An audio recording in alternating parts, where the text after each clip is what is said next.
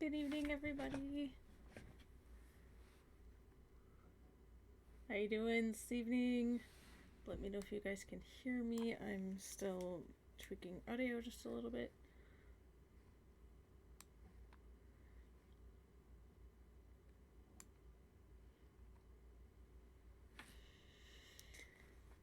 Hi, Celia.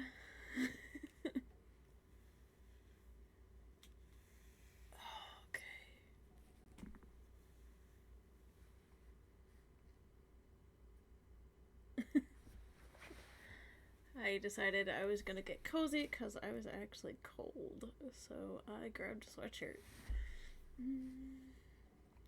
Alright.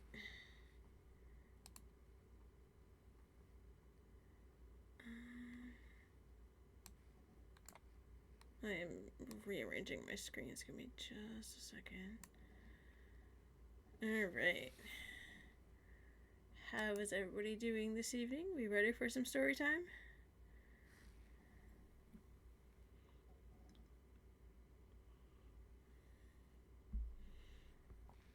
Okay. Awesome. Thanks to Sniper. I appreciate it.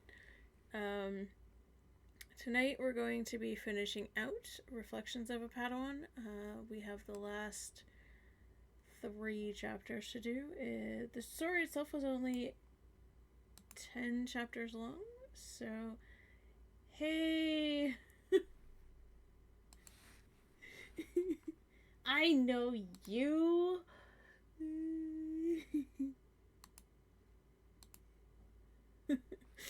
To Sniper, this is my other mod, Lord of the Hold. He's actually a friend of mine from high school, so he's gonna be lurking a bit and hanging out. So.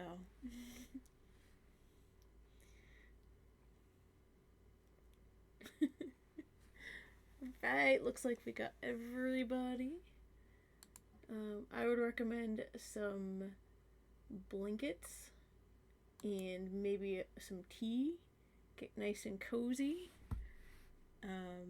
Let me know if the music is too loud. I am still trying to adjust things a little bit. It won't show up on, it won't be on the VOD, but I just want to know if it's too loud for you guys. Just let me know if it's too loud compared to my voice. So. Oh, I know. Don't remind me. I feel so old now. Don't remind me.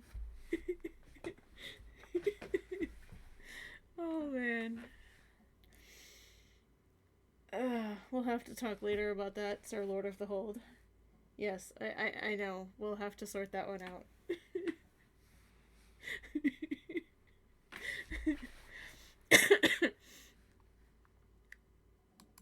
So, alright, I'm actually going to turn the music down just a little.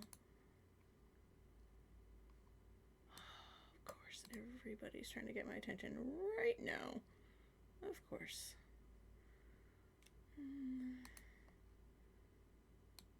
It's like the universe knows. Okay. Where was I? Yes. I will attempt to try and pay attention to chat, but I'm gonna have a story in front of me, so that may not occur. What? I have music? Hold on. Oh, good grief. I do. Hold on. Maybe it's too low. Can you guys hear it now?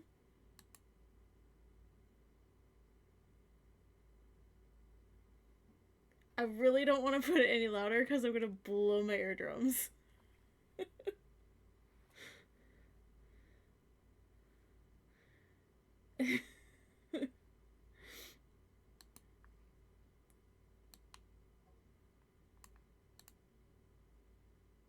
That's so weird because it was fine the last time I streamed.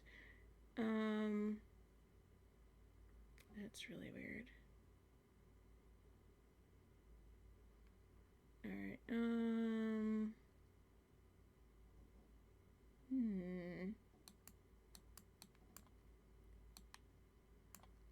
really strange.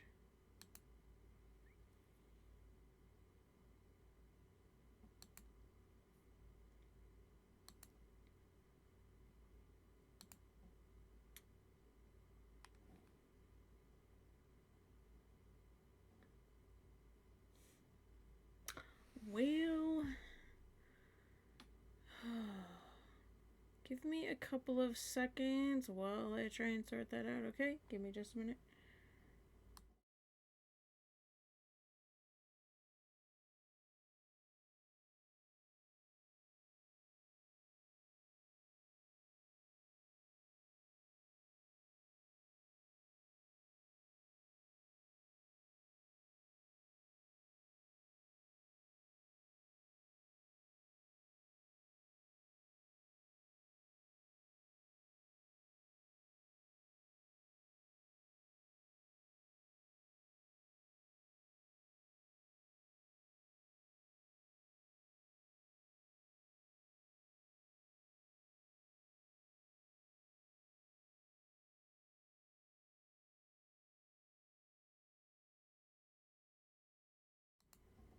I got nothing.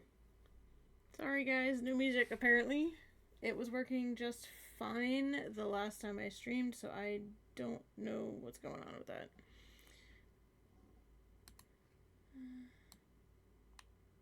Something to sort out later. I apologize. Like I said, it did work just fine the last time I streamed, so I'm not sure why it's not this time around. I didn't change anything. So, anyway. But you guys can hear me just fine, right? You guys can hear me just fine? Yes?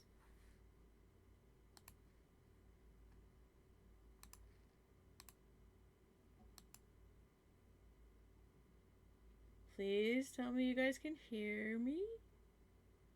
Okay. Just checking. Because if you couldn't hear me, then we'd have some serious problems. Alright. Sorry about the no music. I will try and get that sorted. I don't know why it's not working. Because it was.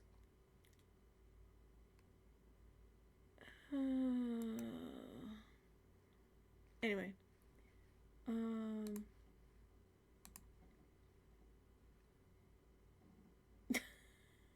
No, as long as you guys can hear me, that's what matters. I just wanted to have some... No, that's not happening. As long... as long as you guys can hear me, that's what I care about right now. I will sort the music issue later. So, yeah, I don't know what's going on with my music. No, that's not happening. Nope. Anyway, you guys all ready for some story time? Let's get this going. Alright. So we are down to our last 3 chapters on the story. Oh my word. Sorry. Like I said, everybody's trying to get my attention right now, so I'm turning literally everything else off because I'm occupied. So, alright. So we are reading Reflections of a Padawan. Stop, you guys. I'm never gonna stop. You guys are terrible. He can only get away with that because I went to high school with him, okay?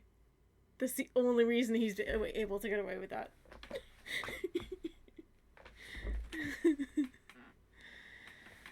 Oh dear.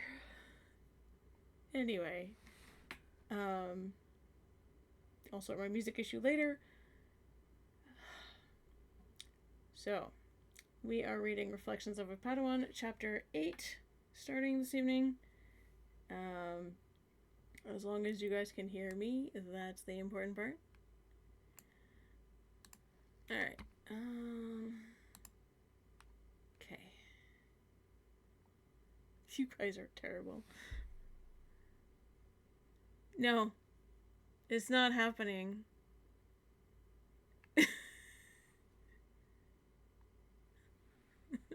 Am I going to be able to read tonight? Or are you just going to troll me?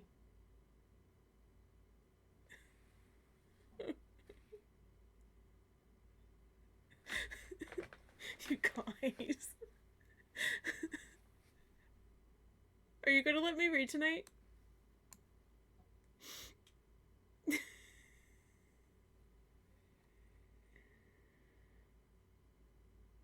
Oh, dear. You're not going to let me read tonight, are you?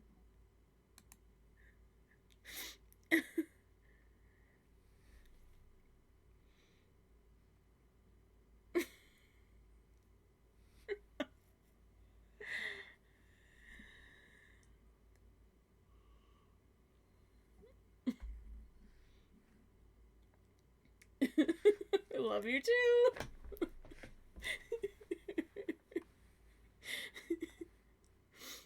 Okay.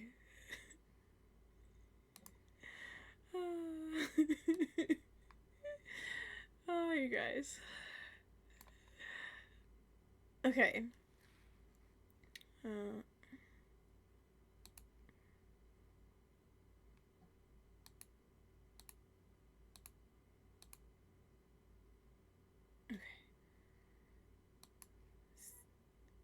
Right. So, chapter 8. Also, if you guys are a little behind on the story, you can watch my VODs or you can go read on Archive of Our Own. Either way is perfectly fine. The story is Reflections of a Padawan. My link for my AO3 is in the About section of my Twitch page. Alright. Reflections of a Padawan, Chapter 8. The following morning dawned clear and cool as Callista prepared to depart. Stefan had already been up for hours before the sun. She felt him working through a kata, but she did not disturb him. She was working through the pre-flight when he found her.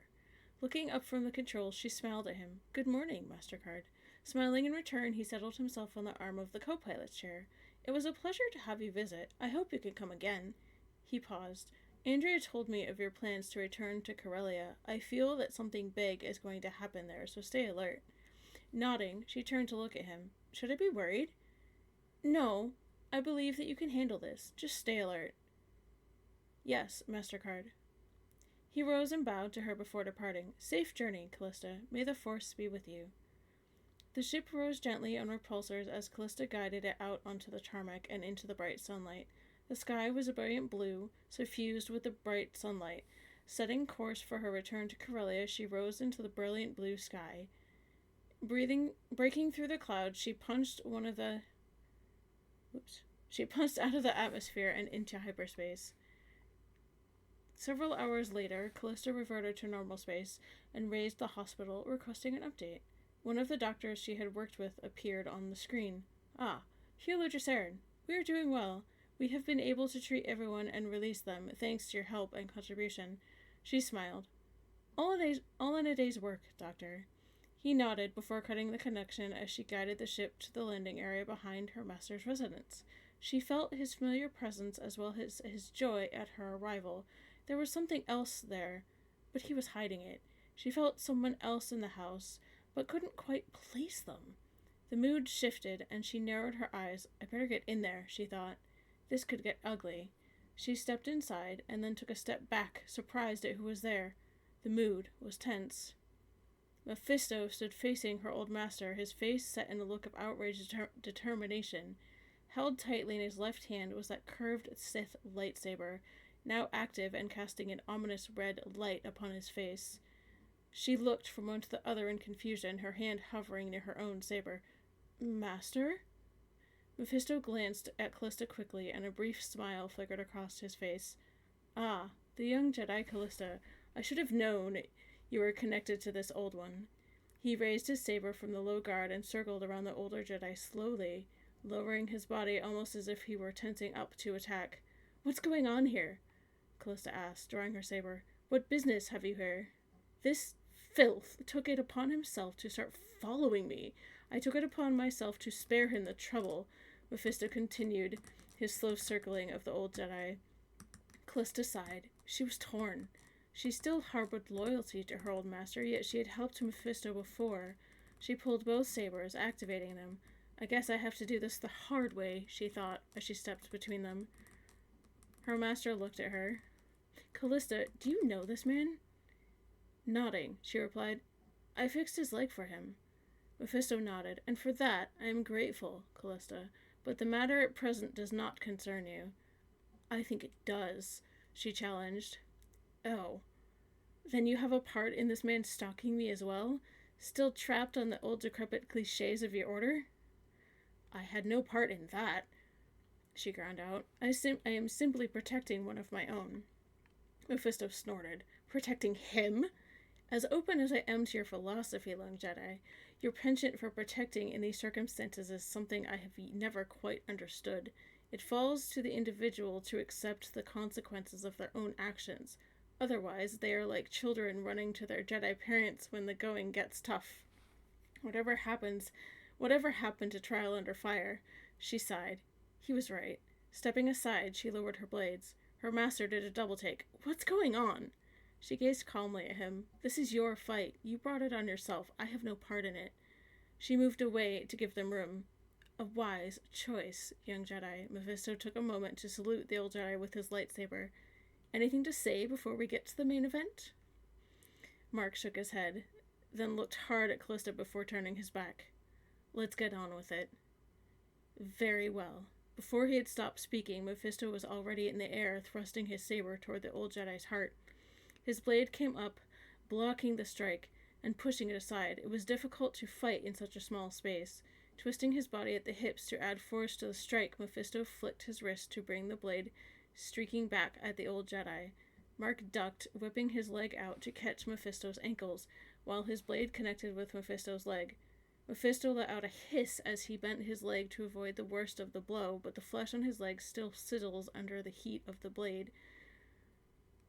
Flowing forward into a roll, he kicked his uninjured leg out to catch his opponent in the back of the knee. Stumbling, Mark caught himself and rolled away from Mephisto. Regaining his feet, he leaped towards him, his blade aiming for a killing blow. Mephisto launched himself into the air, twisting off above and to the side as he struck Mark's blow aside.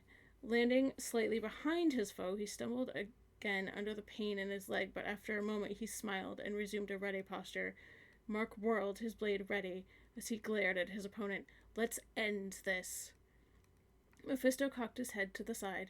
So soon, old Jedi? Are you growing tired? I was beginning to enjoy myself. Mark shook his head at the flippant tone, settling into a high guard. Ah, very well then. Mephisto brought his blade in low, angled so as to tack and offer himself some protection from a counter-strike. Mark moved without conscious thought, whirling away from the crimson blade, and came around, striking for Mephisto's back. Curving his whole body, Mephisto swung to intercept the blow.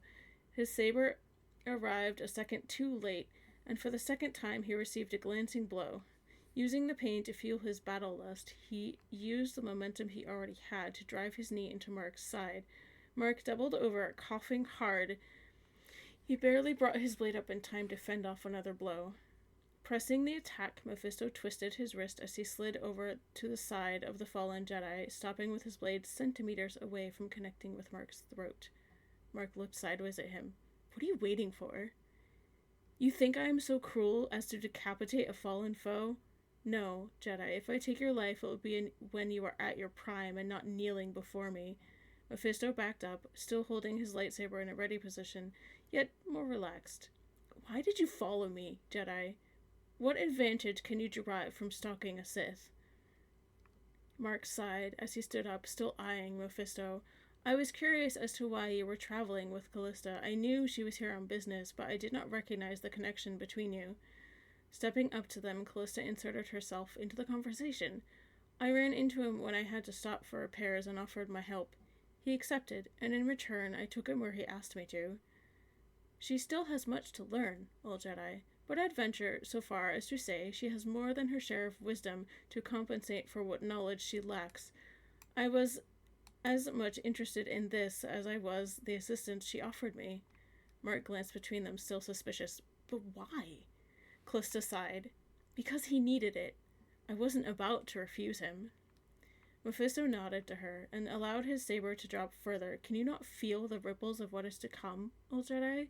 The universe is not so peaceful as some of us may hope at times. I, for one, am not about to let those other circumstances interfere with my own agendas. Making connections with what exceptional individuals I can will offer nothing but good fortune in the future. Mark sighed at that. I have, but I feel that I lack the strength to face it. Callista stared. He had just said what she had felt from him. He wasn't usually so forward, especially in the present company. She knew that he was getting on in years. She thought that perhaps it was close to his time. Mephisto turned off his blade and returned it to his belt. For everyone's sake, I hope you find that strength, Jedi. We need people who are ready to do what is necessary to preserve this universe, even if that calls for actions that could be seen as unconventional in the eyes of their peers. Callista hid a smile at that comment. I wonder, she thought as she gazed at Mephisto. Mephisto turned to Callista. Well, young Jedi, I hope you have gleaned something of value from this all. Shall we see to placing my debts in order? I have, thank you, she nodded. She cleared her throat nervously. I was wondering. Yes? Would it be possible to spar? She flushed crimson as she caught Mark's emotions at the question. Mephisto broke out into a smile, glancing at Mark as he did so. I could think of no better way to repay your service. Mark looked like he wanted to protest but remained silent, and led them down to the training room. I trust this is satisfactory?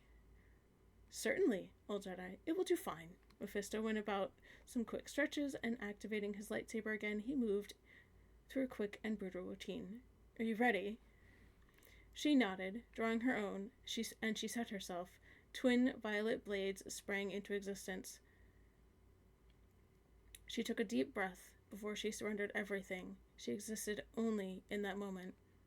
Ah, excellent, but surrender alone isn't enough to win. Mephisto then suddenly lunged forward, aiming in tight arcs to strike at her. She felt him coming, and moving into the strike, she sidestepped and caught his blade between both of hers before shoving it wide.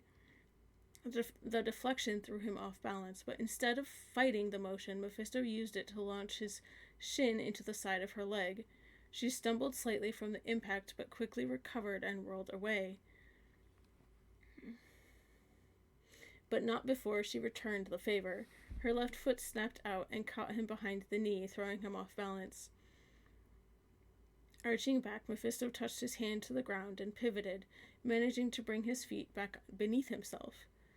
Steadying himself again, he resumed a flurry of blows against Callista's twin sabers. She was surprised at his recovery and concentrated on repelling his attack. Have passion, Callista.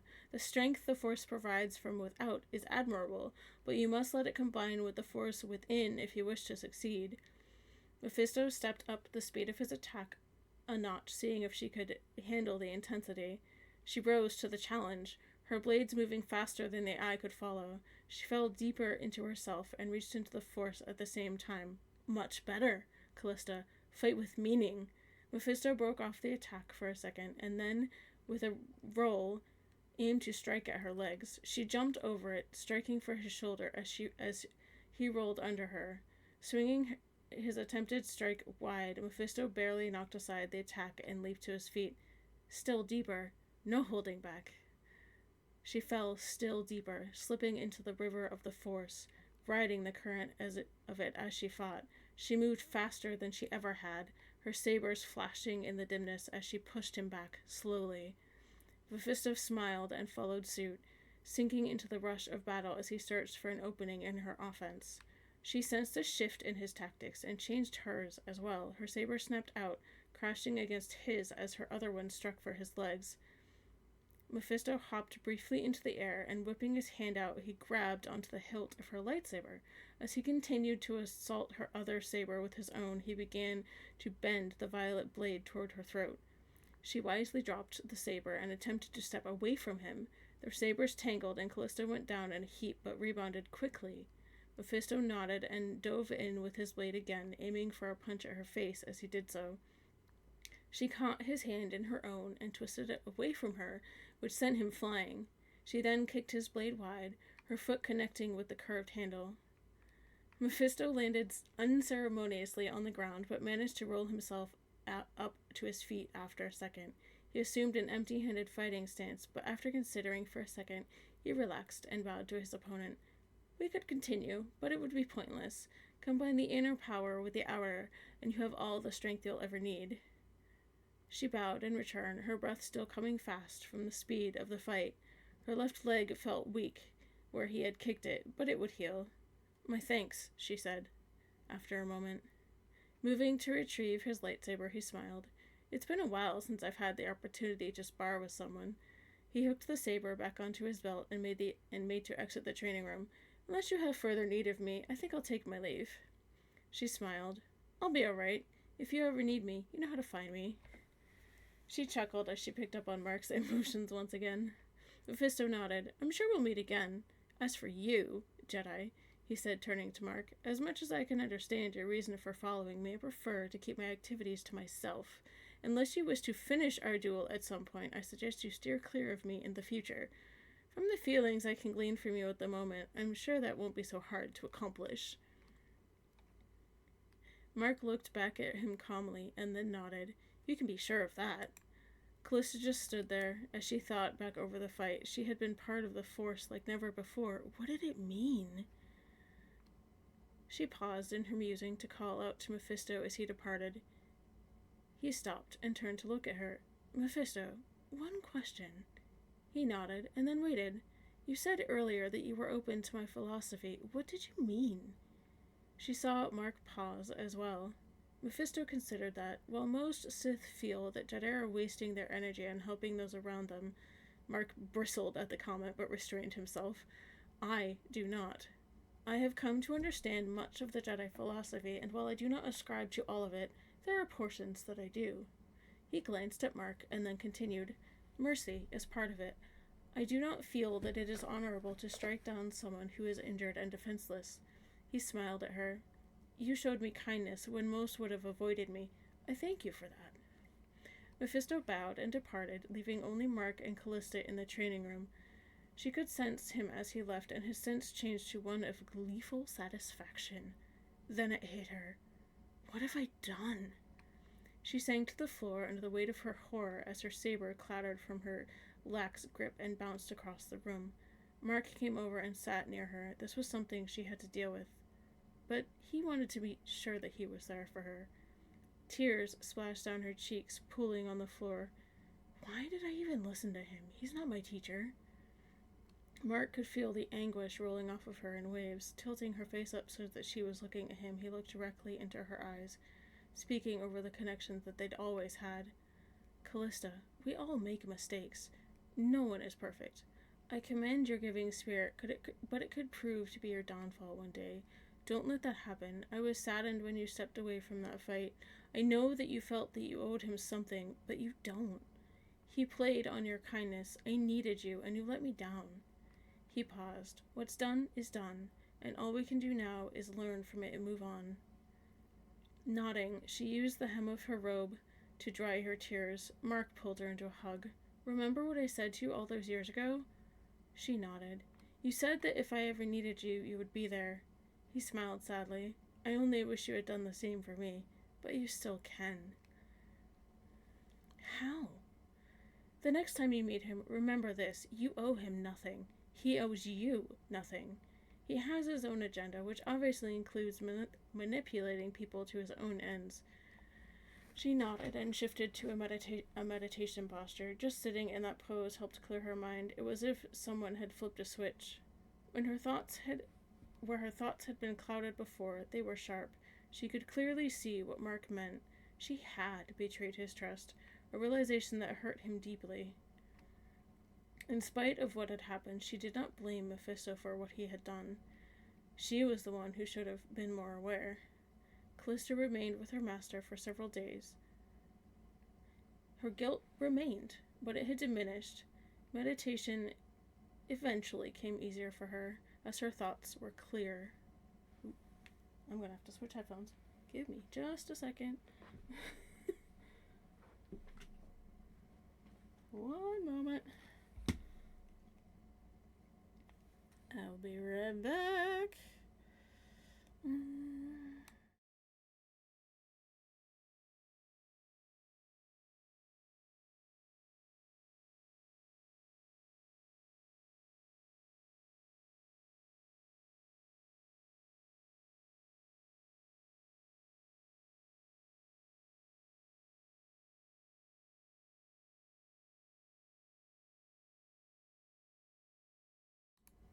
Sorry about that.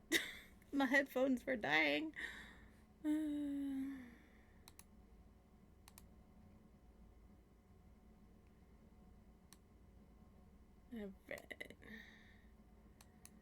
Everybody doing good over here? Anybody need a water break? Alright.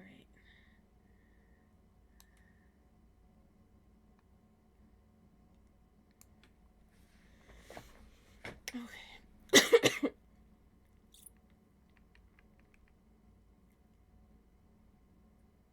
Give me 1 second. I need a water break.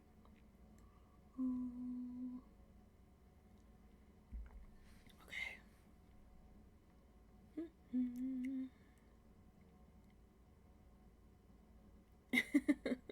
Soda is not hydrating, by the way.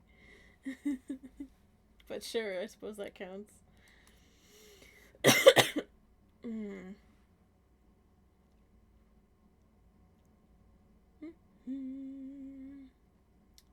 Alright.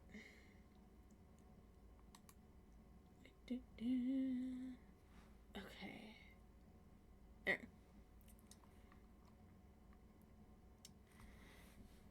Reaching into the force, she felt anger and purpose directed at her. She burst to her feet, racing up the stairs. She could feel him tangling with her master again, and his anger radiated through the force, making her skin crawl. Skidding around the corner, her heart stopped. He was back with a vengeance. Just seeing him again was enough to make her guilt rear its ugly head once more. Pushing it aside, she focused on the fight. He turned to look at her, his lip curling with contempt. We meet again, Jedi. His momentary distraction cost him. Mark struck his back hard, causing him to stumble. Mephisto caught himself and spun, striking toward Mark's knees. His saber flicked out, deflecting the strike. There we go. Sorry. Music was a little bit loud for my end. Callista pulled both sabers, activating them as she launched herself at him. Focus. Don't let him mess with your mind. He grinned as he saw her leave with him. Back for more? He snarled as they met in the center of the room. Mephisto wasted no time warming up with Callista. Raining down a wave of lightsaber strikes towards her, he also lashed out with his feet, using his entire body to attack her. She wasn't surprised at his attack, but she found herself hard-pressed to defend against it. Her blades spun and slashed, weaving a continuous web of light around her as she fought to keep him off of her. Spinning, her left foot snapped out and connected hard with his kneecap. Mephisto, submerging himself in the fury of battle, collapsed his leg and went down into a kneeling stance. He continued his furious assault against her, using his new position to strike at her from awkward angles. She changed her stance somewhat, crouching slightly as she fought, dodging a strike at her side. She whirled away from him. She was so deep now, she wasn't even thinking, just acting. Mephisto broke off his attack for a moment, glancing at Mark. This won't do at all, he thought. As he moved to engage her again, he hit a button on the comlink attached to his belt. It let out a beep, and apparently satisfied, he thrust his lightsaber toward Callista's neck. She whipped her head aside. That was too close, she thought. Batting his blade aside, she moved in with an attack of her own. Her twin blades flashed as she struck at him from both sides. Mephisto arched back until his head practically touched the ground, his clothes slightly singed by the near contact of the blades. Bringing his blade across his body to ward off an attack, he launched his leg out and caught Callista in the shin. She whipped the leg away, lessening the strength of the blow, and then jumped, spinning to catch him in the ribs. She heard one of his ribs crack as she landed in a crouch. Mephisto hissed from the impact, clutching his side as he held up his saber to continue the attack. As he moved to strike towards her midsection, however, he hesitated, and from behind Callista a second blade hissed to life, spilling more red light into the room. She whirled, facing the new arrival while still keeping Mephisto in her peripheral vision. So it begins, she thought, sparing a glance toward Mark. The new arrival moved around them to confront her master. Deal with the target, Mephisto said, nodding towards her master. I'll finish off with this little one. Having brought the pain of his wound under control, Mephisto whipped out his blade towards Callista's throat. Ducking the strike, she barely avoided the glowing blade. She slipped, barely bringing her blade up in time. Their blades crashed together mere inches from her face as she gazed up at him.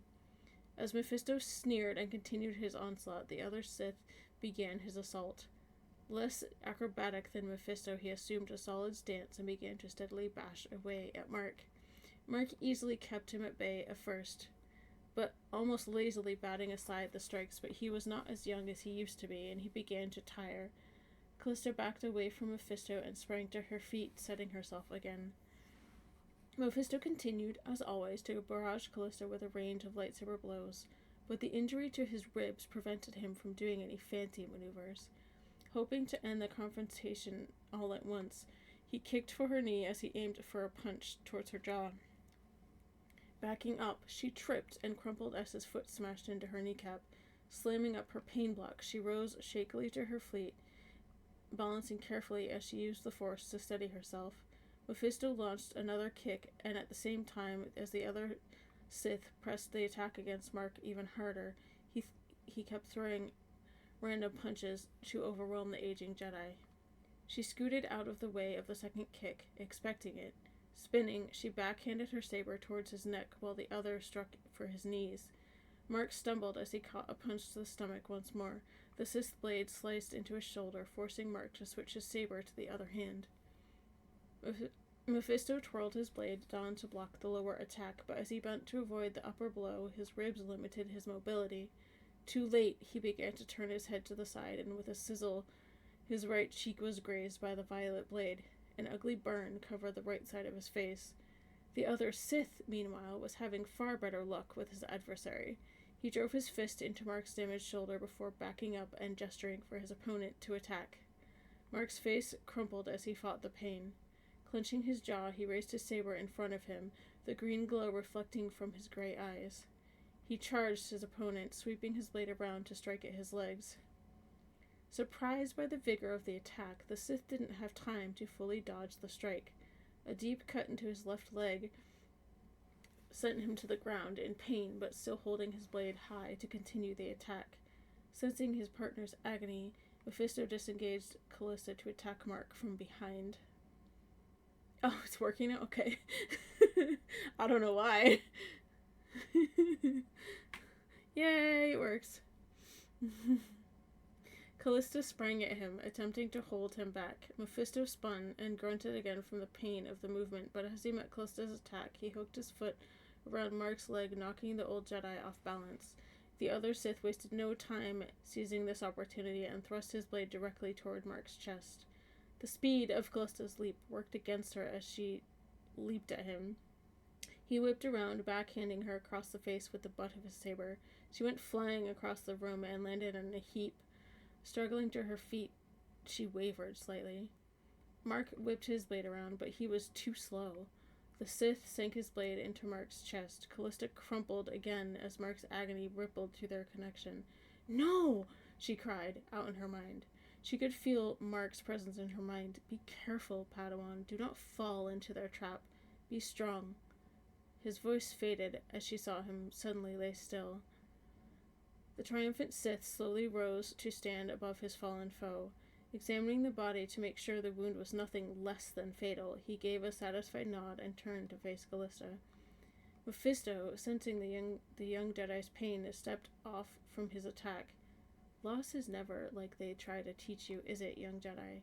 It cuts deep, exposes the nerves of your soul. It spreads like a virus through your body, poisoning you, blinding you." He began to circle her. "You want to kill me, yes? You want revenge? Exult in it. Cross the line into rage and free yourself of your restraints. You know you want to. Don't deny your passion." Callista shook her head.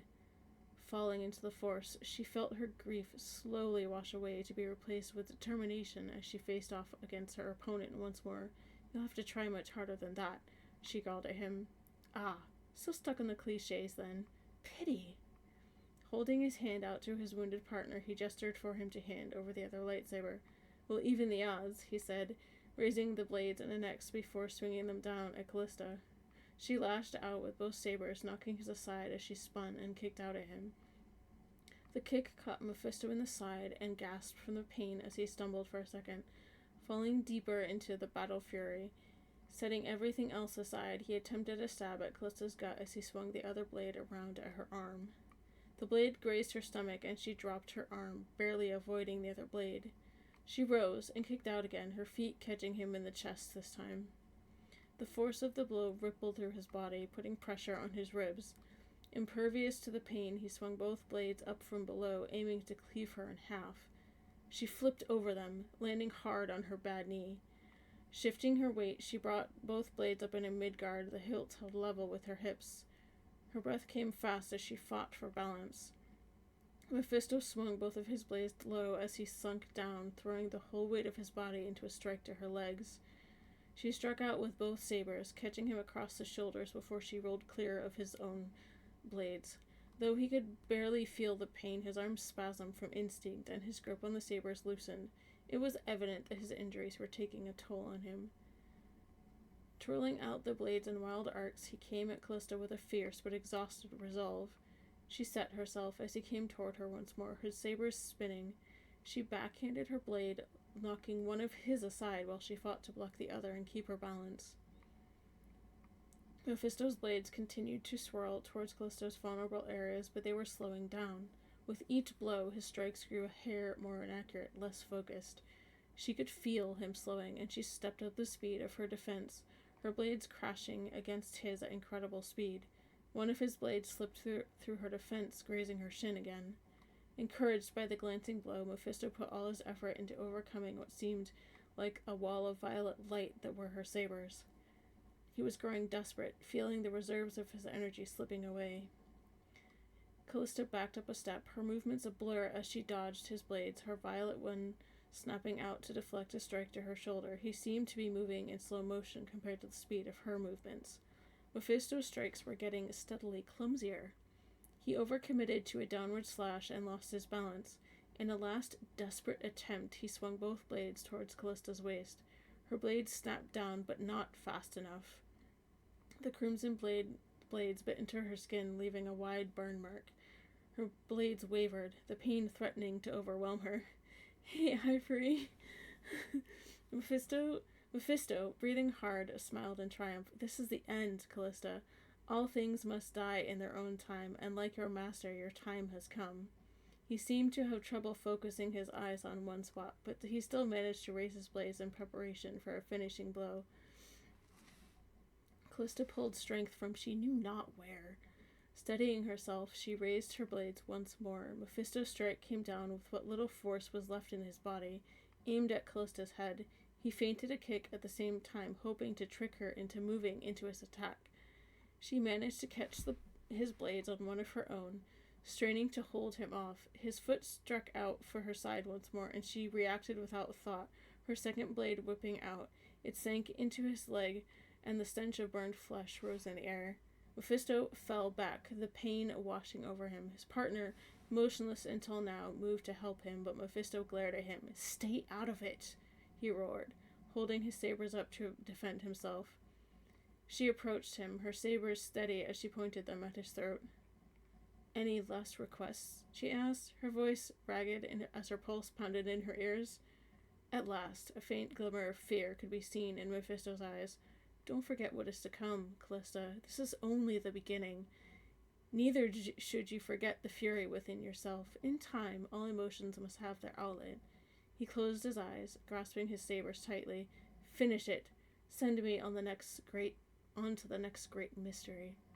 She closed her eyes and nodded, her saber stabbing cleanly through his heart. His passion washed over her like a tidal wave in the forest and left her staring into the face of his partner. The man gazed at her for a moment as if he was trying to make up his mind. Finally, with a nod, He held out his hands and called the Sith sabers back to himself. Hooking them onto his belt, he spared Callista another long stare before turning and making his exit as fast as his wounded leg permitted. As he departed, she made her way over to her master's body, falling to her knees beside it. His robes had begun sinking into themselves as his body faded into the Force. She closed her eyes for a moment before gathering his robes and saber. Rising to her feet once more, she made her way unsteadily to the shuttle, almost collapsing. She stumbled into the cabin, leaning on the pilot's chair for support. She set Mark's robes and saber gently on the seat and reached out to activate the distress beacon. Stumbling away, she settled shakily onto one of the bunks and immediately sank into a healing trance. Alright. Whew. That was intense. Sorry.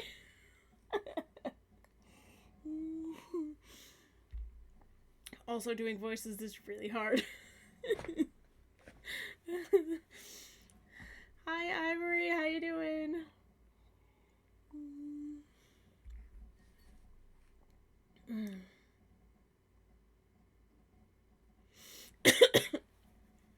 Alright.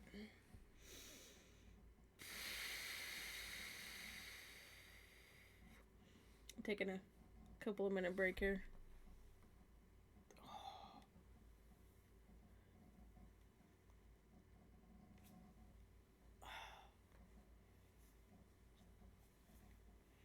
Alright. That was a pretty heavy chapter. Yeah. Okay. But music is working now? Let me know if it's too loud. It's, I don't know how it sounds on the stream because I'm just hearing it in my ears, so I have no idea. As long as you guys can hear me and the music is not too loud, we're good. So please let me know.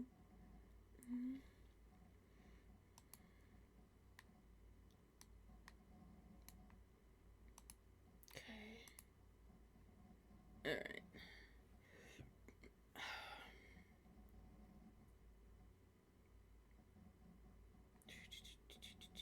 Give me just a minute.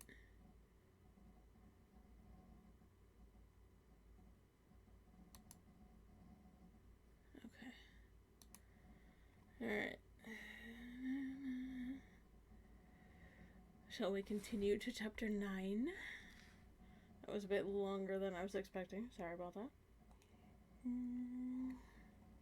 Alright.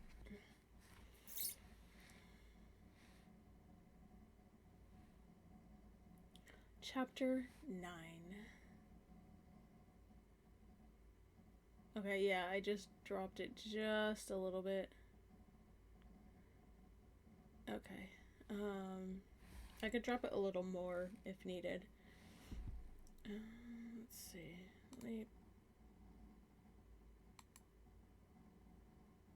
Let me know if that one's too loud. I just switched music.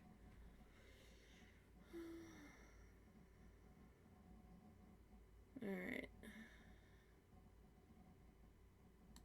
Trying not to blast my own eardrums while we're at it. Okay. Alright, awesome. Okay. Chapter 9. It seemed like an eternity before her eyes started fluttering open again, and still she could replay the events of the combat as if it had just happened. Slowly, she was starting to come out of her healing trance.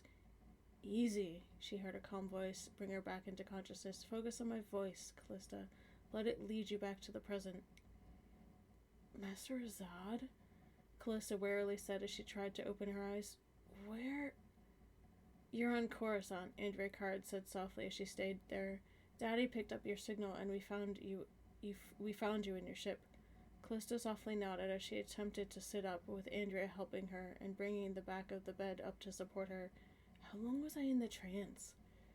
3 days, Mana told her.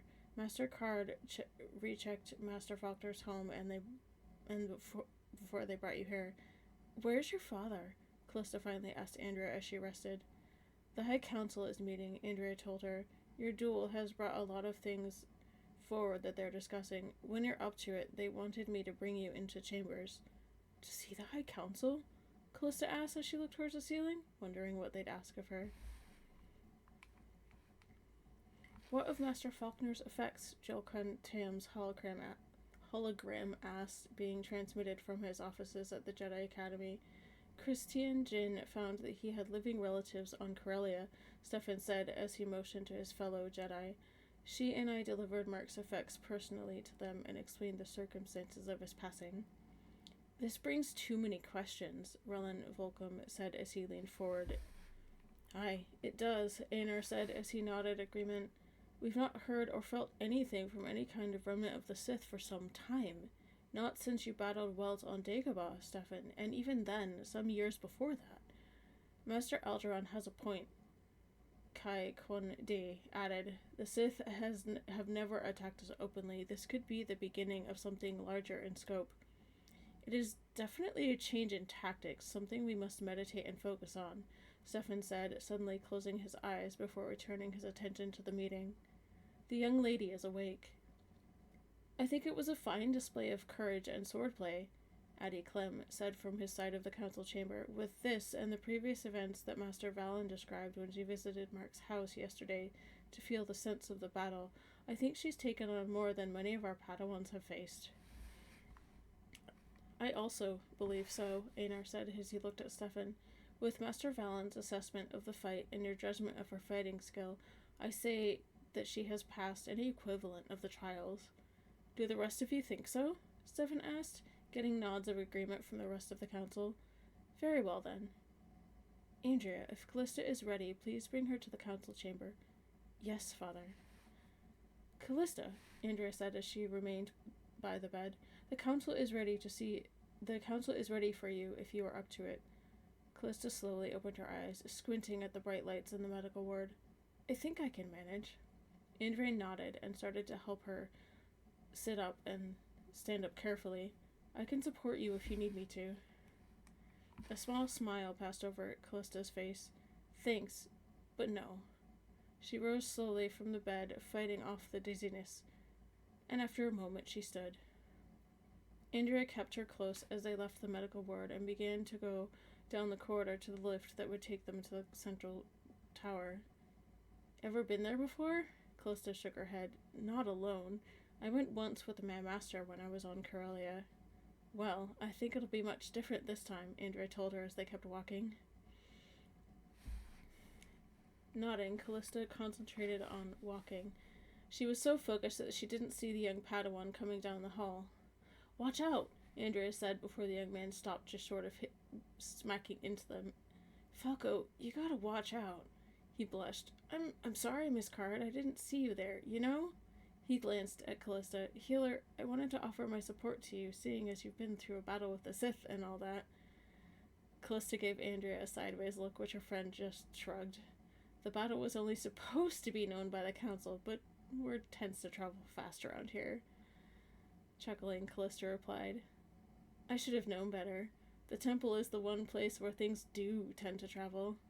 But it won't go any farther, Andrea said as she winked at her and looked at Falco with a straight face. Right? He straightened. You have my word on that, Miss Card. He bowed and hurried off. Come on. Andrea just grinned. They're waiting.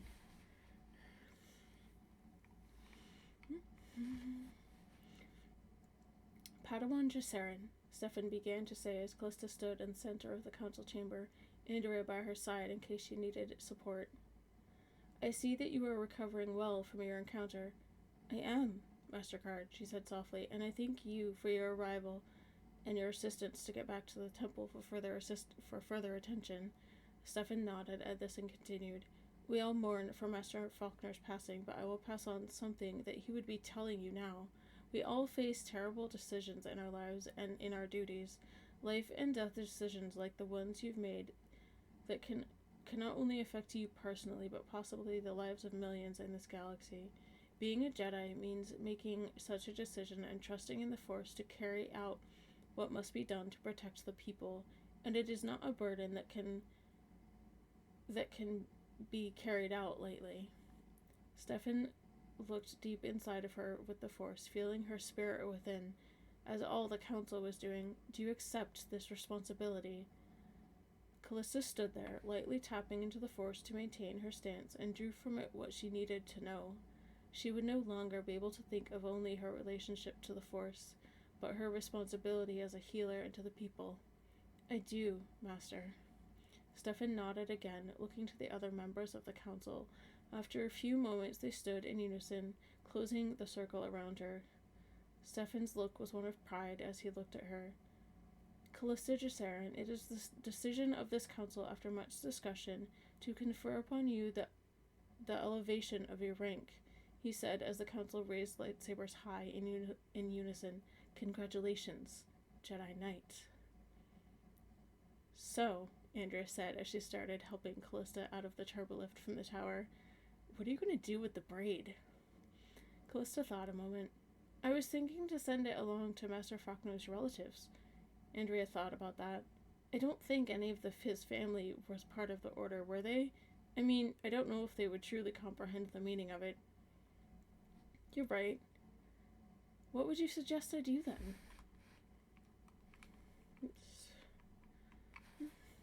You could do a private ceremony, Andrea said with a shrug, getting a curious look from Callista, so she decided to talk about it. In all the stories Daddy has told me, a warrior would hold such important matters of honor and personal achievement in private. Something personal like this would only be of importance between you and your teacher. And, she added, I think it would honor your master for his instruction in a way that no one else could. Callista thought on that. I think you're right. I know it's one of our old traditions, but it just feels so right for something like this, Andrea said as she started getting excited about it. I'd love to be your second, but something like this is too personal, almost spiritual to my people. Callista smiled. I would be honored. I'll set everything up, Andrea told her, but this is something for you, and you alone. Nodding, Callista leaned on Andrea as she made her way back to the medical wing. Any chance I could get back to visit his home on Corellia at some point? Andrea just smiled. I think I can get Daddy to let me take you there. I'd like that very much. The following day, Andrea helped Callista dress in fresh robes in preparation for the ceremony. She slowly made her way through the halls of the temple, her hood drawn up. Those she passed paused in respect, sensing her solemn mood. Entering the quarters she still shared with Mana, she made her way to her room and closed the door. Her room was just as she had left it. Neat, yet it carried a sense of who she was through personal items placed throughout the space.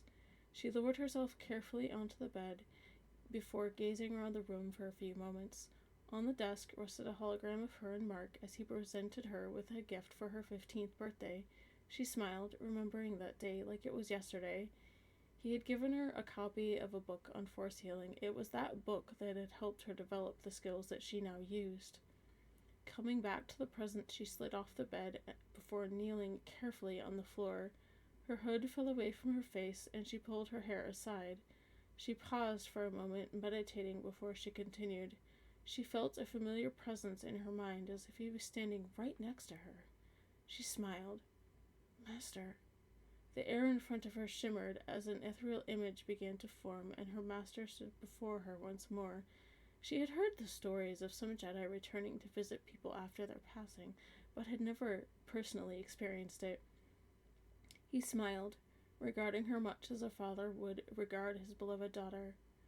Callista, do not grieve for me. I knew my time was near. One does not fight the will of the Force on such matters. He paused, reaching out to lay a ghostly hand on her shoulder. I am so proud of you, Callista. You were able to overcome your fears and to face those who threatened both of us. I hope that you will continue to stay true to what I have taught you and to use your skills to help those in need, whoever they may be. He smiled and bowed slightly in her direction. The Force is with you, Jedi Knight. This last was echoing in her mind as his image faded from view. Drawing a small fiber blade from her left boot, Callista reached up and grasped the braid, marking her as a Padawan. She was a Padawan, no more. Reaching up She severed the braid close to her skull. It fell into her hand as she lowered the blade. She tied the end with another band and set it aside for the moment. She drew her sabers, lifting both in a salute before bowing from the waist. She touched her head to the floor, a show of respect to her fallen teacher. Rising, she wrapped the braid and hooked her sabers back to her belt once more. She carefully braided the rest of her hair and left her quarters in search of Master Valen. Master Valen looked up from her screen as Callista knocked on the frame of her office door. She smiled. "What can I do for you, Callista?" Slipping into the chair in front of Spark's desk, Callista gathered her thoughts for a moment. "Master Card tells me that you investigated Master Falconer's death." She paused and then continued, "I was wondering what you sensed from the battle." Spark sat back from her screen as she regarded Callista. "I admire your courage for facing such an adversary. Not many would, at your age. Your determination and loyalty to your master came through very clear." She paused for a moment. "The Council is still at a loss as to why the Sith attacked Mark in the first place. We may never know. But we all have felt a shift recently. There was something big in the offing. A confrontation will occur. I pray that we may not need your skills, but I fear that we will." Callista nodded. Mark had told her as much, as had Stefan. She rose and bowed to Master Valen. "Thank you." Spark inclined her head. "I foresee that you will come to be a very skilled healer, Callista. Force be with you."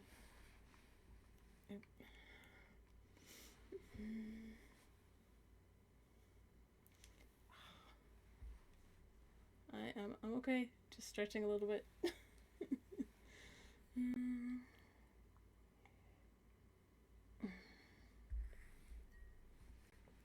Alright.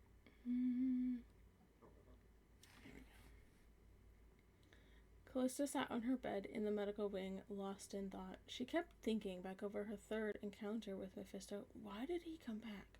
What did he even hope to achieve?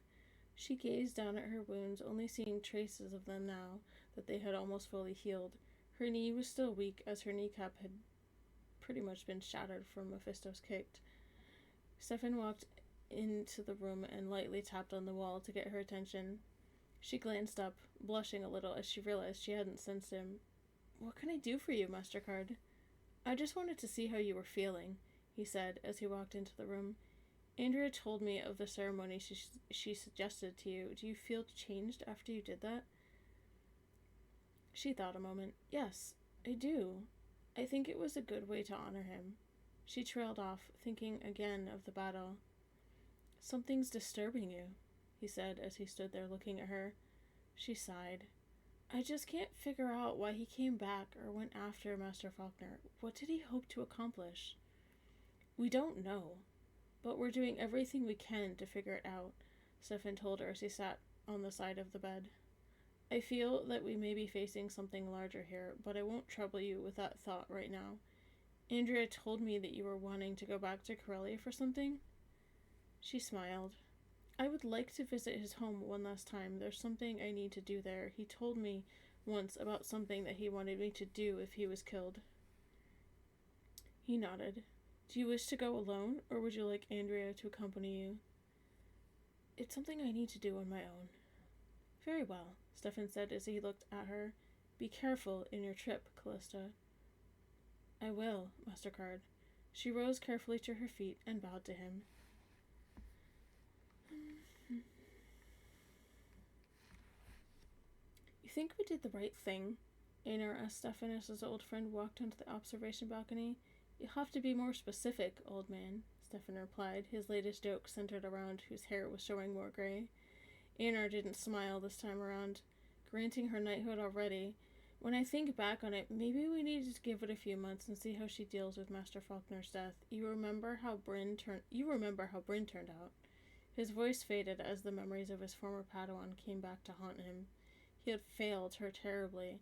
After being granted knighthood, she had taken off, never to speak to him again. Stefan sighed. "That wasn't your fault. It always takes two." Einar just nodded to no one in particular and pulled the cloak tighter around himself. "Let's just hope we did the right thing this time around."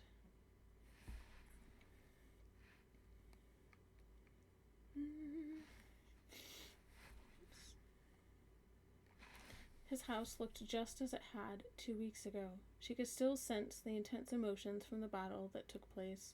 It still surprised her that she had survived. It was definitely something to remember. She made her way down to the training room and just stood there for a few moments. A lot had happened in this room, and many lessons had been learned. She shuddered as she remembered one of the last things that had happened here. She had indeed been walking a very dangerous path that day. Shaking off the memory, she made her way back upstairs to Master Faulkner's room. His voice came back to her then. "Callista, if I die, there is something I want you to do." She had gazed back at him, her face serious. "I will do what I can." He smiled and then turned serious once more. "I have indeed felt what is to come in the next few years, as Mephisto himself has stated. It is because I have that I want you to do this for me." She waited, letting him find the words. She knew this was difficult for him. "Hidden in this room are my records and journals. They contain training notes and other things that could be dangerous if they fell into the wrong hands. They are hidden somewhere in this room, and that place can only be opened with the Force." He turned towards the far wall of his room, where a bookshelf took up most of that side of the room. She could feel him reach out with his mind as he extended his hand. The hand gestures are unnecessary, but it helps to use them when I show you. It will help you learn how to manipulate the Force and use it as an extension of your physical body. Instead of looking at his hands, she had concentrated on feeling what he was doing through the Force. She could feel an invisible hand reach across the room and trip a hidden compartment behind the bookshelf. He then reversed his action, closing it once more. She copied what she had felt him do, opening it on her second try. He smiled. "Well done, Callista. You must take these materials with you and keep them from the wrong hands."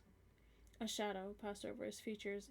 "Even some in our own government would kill to get their hands on them." She nodded, and with that, her focus returned to the present. She once again opened the hidden compartment, withdrawing the heavy books and data disks. Slipping them into the bag over her shoulder, she closed it. Pausing, she looked around his room once more. Everything was as it should be. Slipping the bag over her shoulder, she left his home for the last time.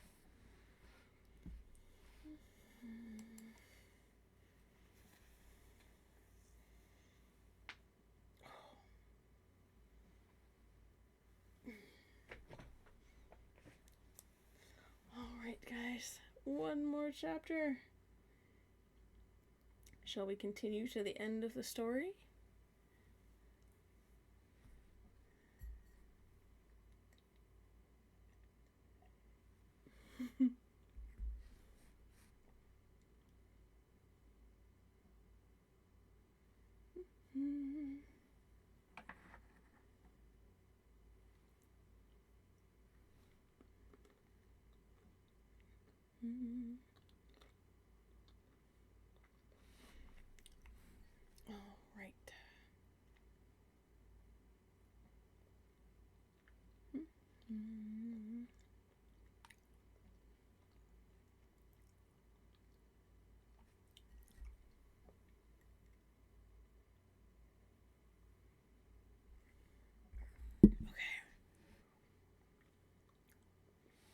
All right.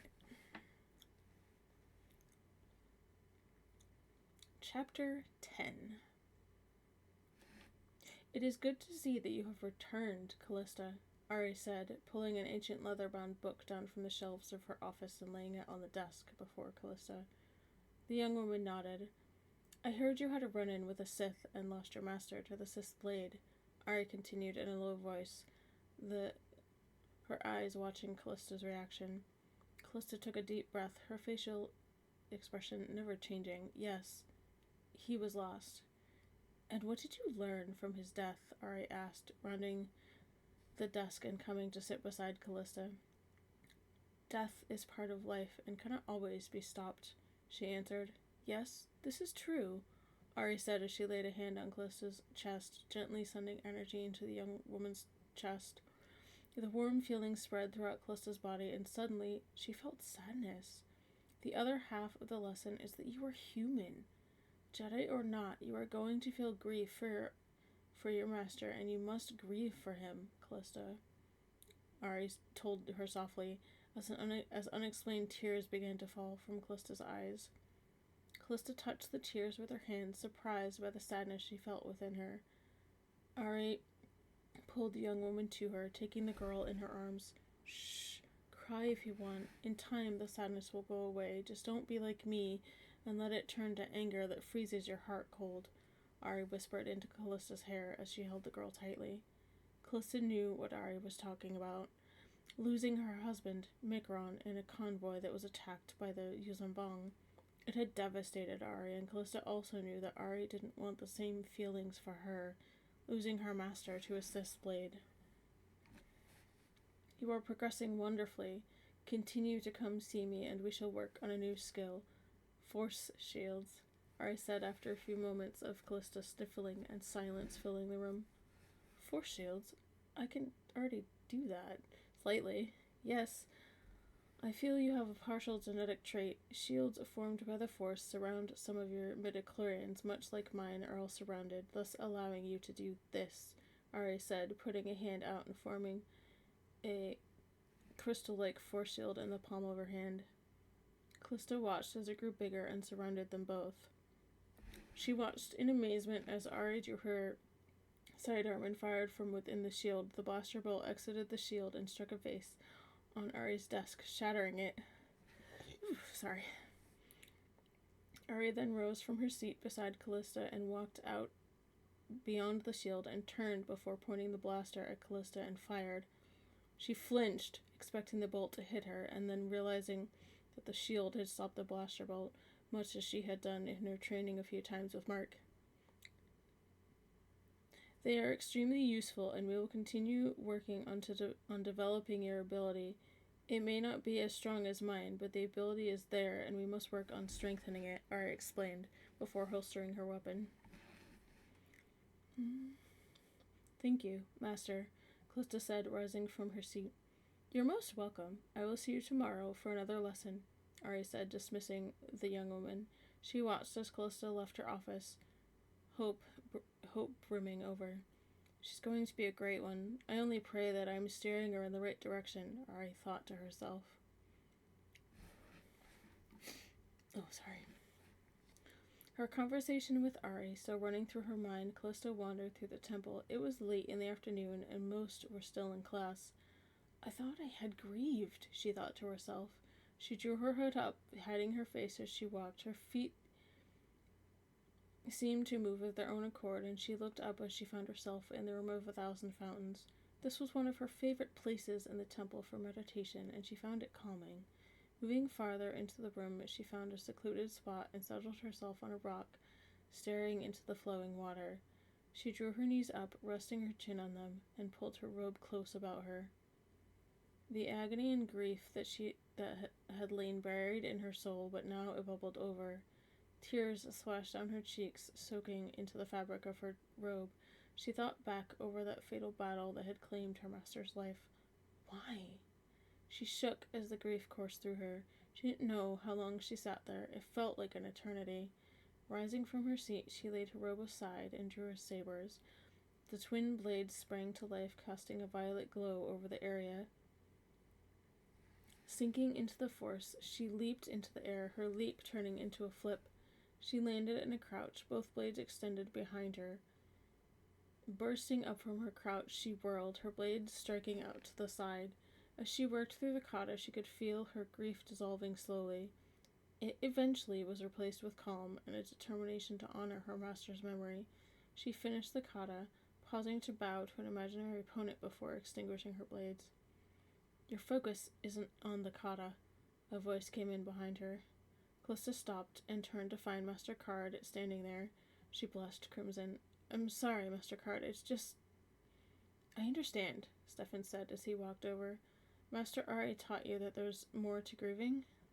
She nodded. I buried it, without even realizing. She showed me that grieving is natural and a necessary part of life. It is, he told her as he sat down, and it gets personal, and it doesn't make you weak to express that when it's needed to come out. Callista smiled self-consciously, realizing her robe was drenched in tears. But they're never truly gone, Stefan told her. When it's someone we love, they never leave us. Smiling, she remembered. He visited me the other day. He said that he would always be there for me, like he always has.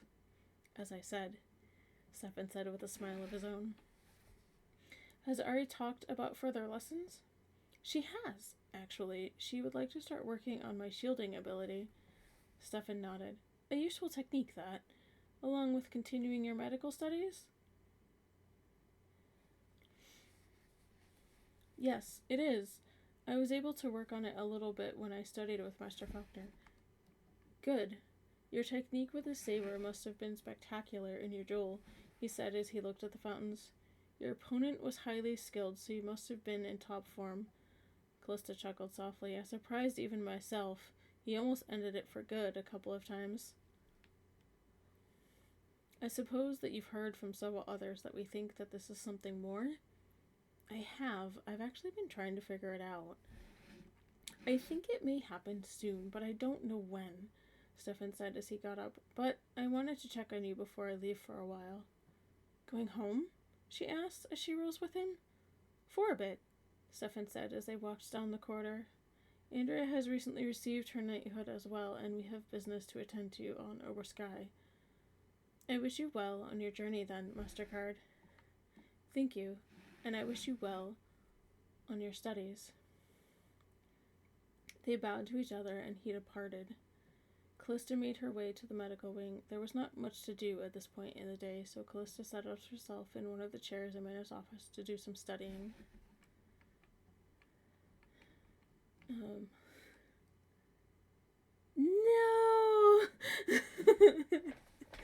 Celia, no!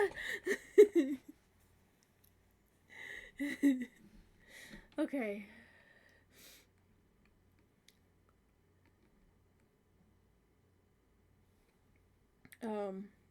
So there, I'm gonna give a little lead in. This next section here actually occurs during a different story, which I don't believe is one that I wrote a whole bunch in.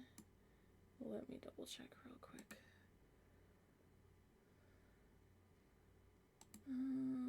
It's still there's something still in the story. I just want to make sure that it's something that I actually... One sec.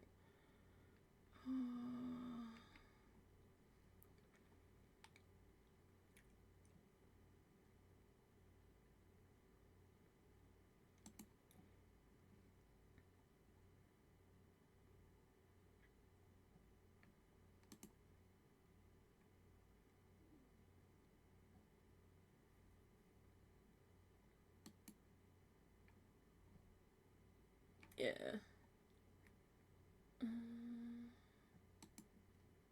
Okay. Yeah, so this next little bit is still part of the first story, but the larger story that it's from is not one that I actually wrote much in, so that one I don't have. But it's the end of this particular story. So, let me go ahead and read that. So this next little bit occurs during a story called Ghost Ship. Like I said, it's not one that I wrote a whole lot in, so I don't have it posted up anywhere. I'm just giving you guys a little bit of context. So,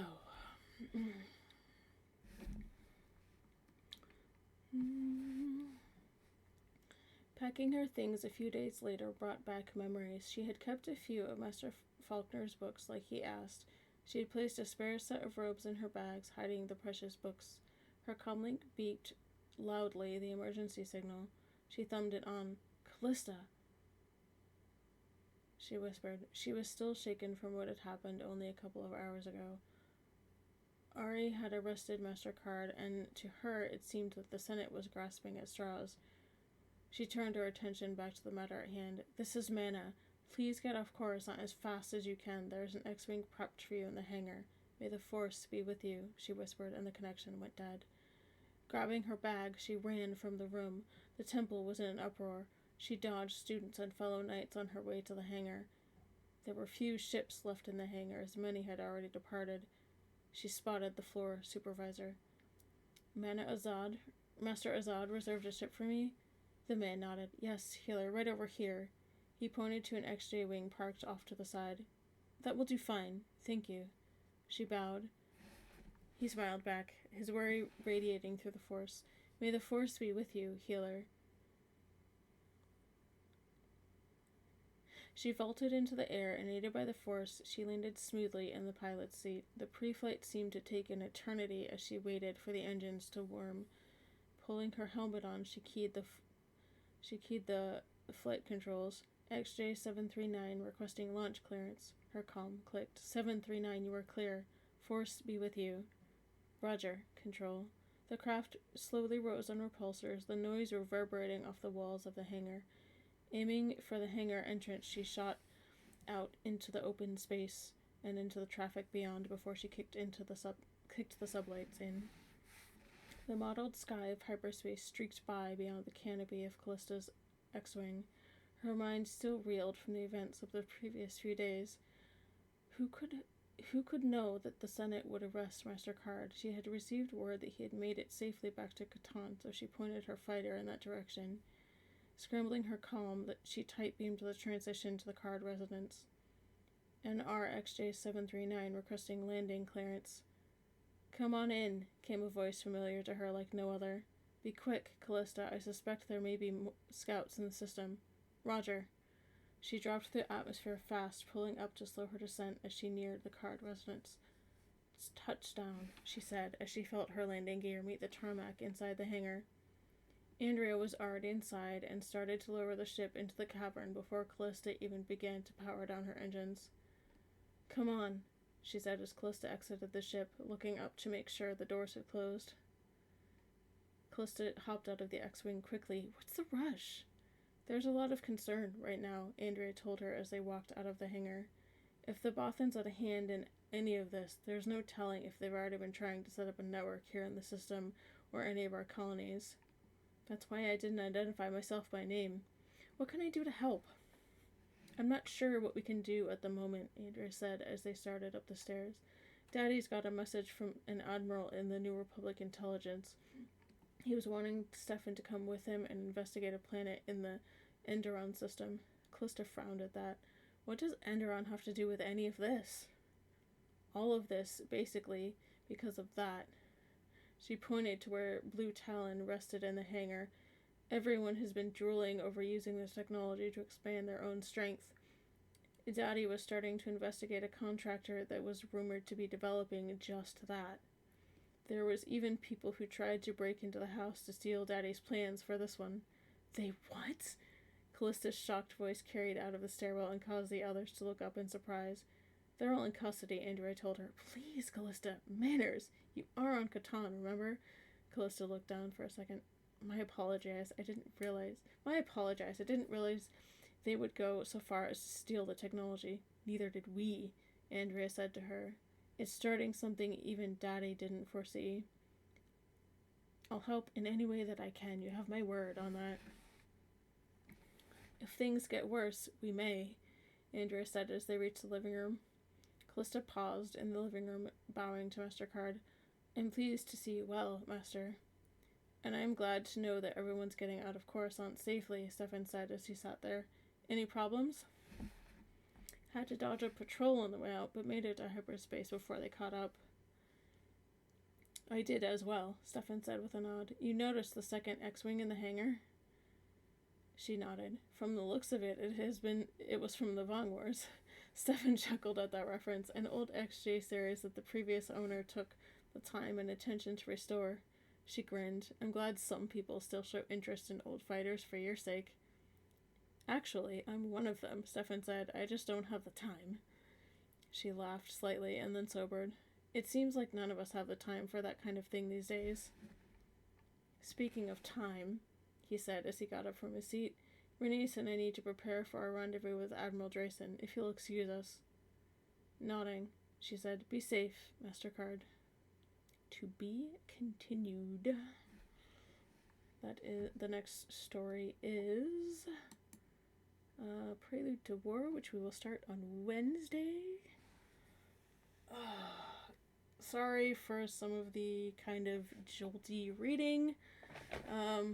Keep in mind that grammar is not so wonderful. I did write these when I was 17, so it's a little bit jolty. Sorry. But yay, one story down. Awesome. If anybody has any questions, you can use the story fact command. I know some of you guys came in kind of in the middle, so feel free to ask questions if you like.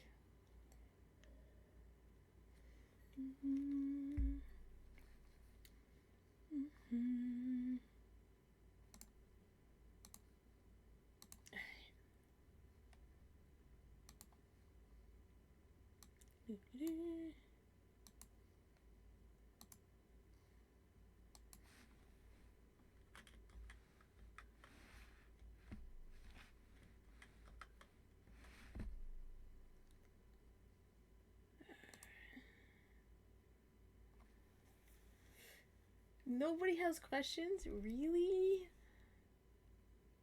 I know some of you came in late, so probably missed a good chunk. So feel free to ask away, and I will try and answer what I can. Celia.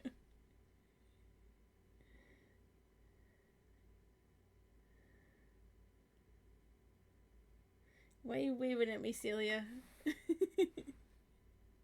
Oh no. Did you leave again?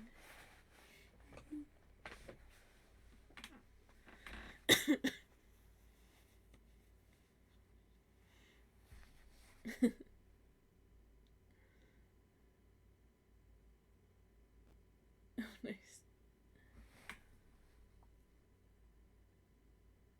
Oh, that's cute. I like that one.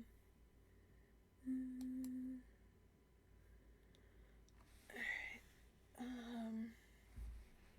Plan is to...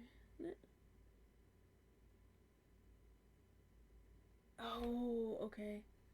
Let me... I don't know if I have her followed. Give me just a second.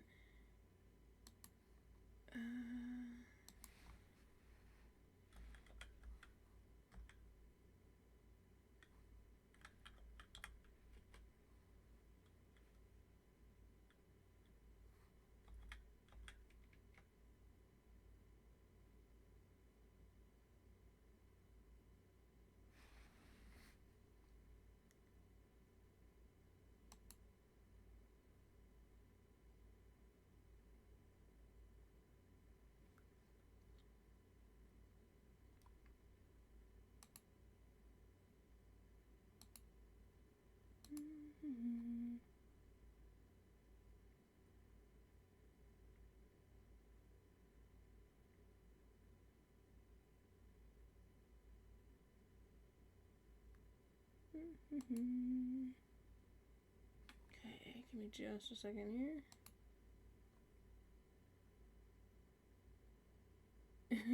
I might wait a few minutes so that she's actually live before I raid. That would be a bit awkward.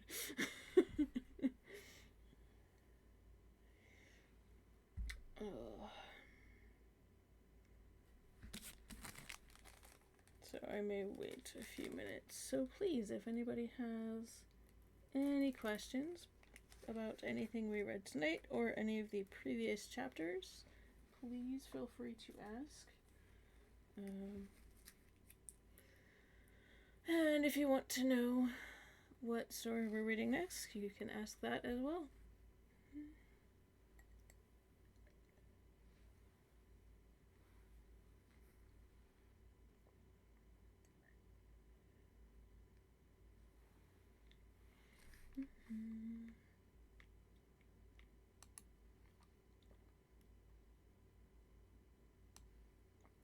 Yeah, I'm gonna wait a few minutes until she's actually live.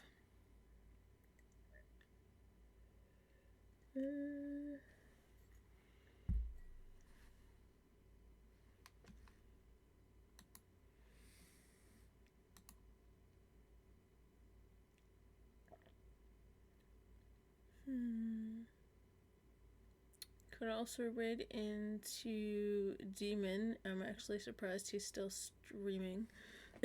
He was telling me that he wasn't gonna stream too long tonight, so.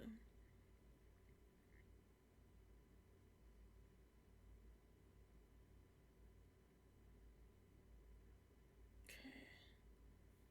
He's still saying she's starting, but I can, Okay.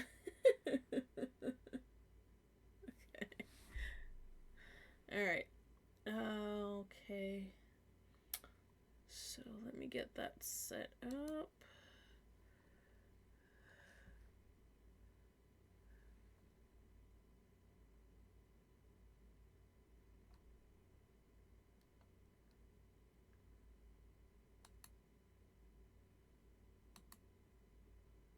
Okay, yeah, I don't know why that wasn't properly showing for me. But now it is.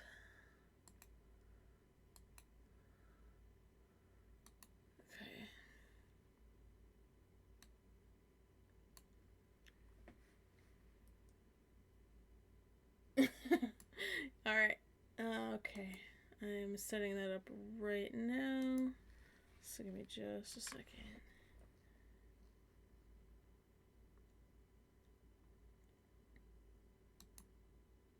Alright, guys. Hang on to your hats. We're gonna go raid a friend of the snipers in mine called Wicked Queen.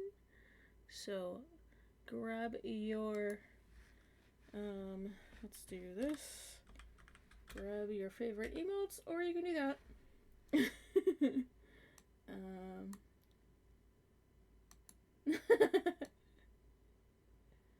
Hold on to your hats, people. Here we go.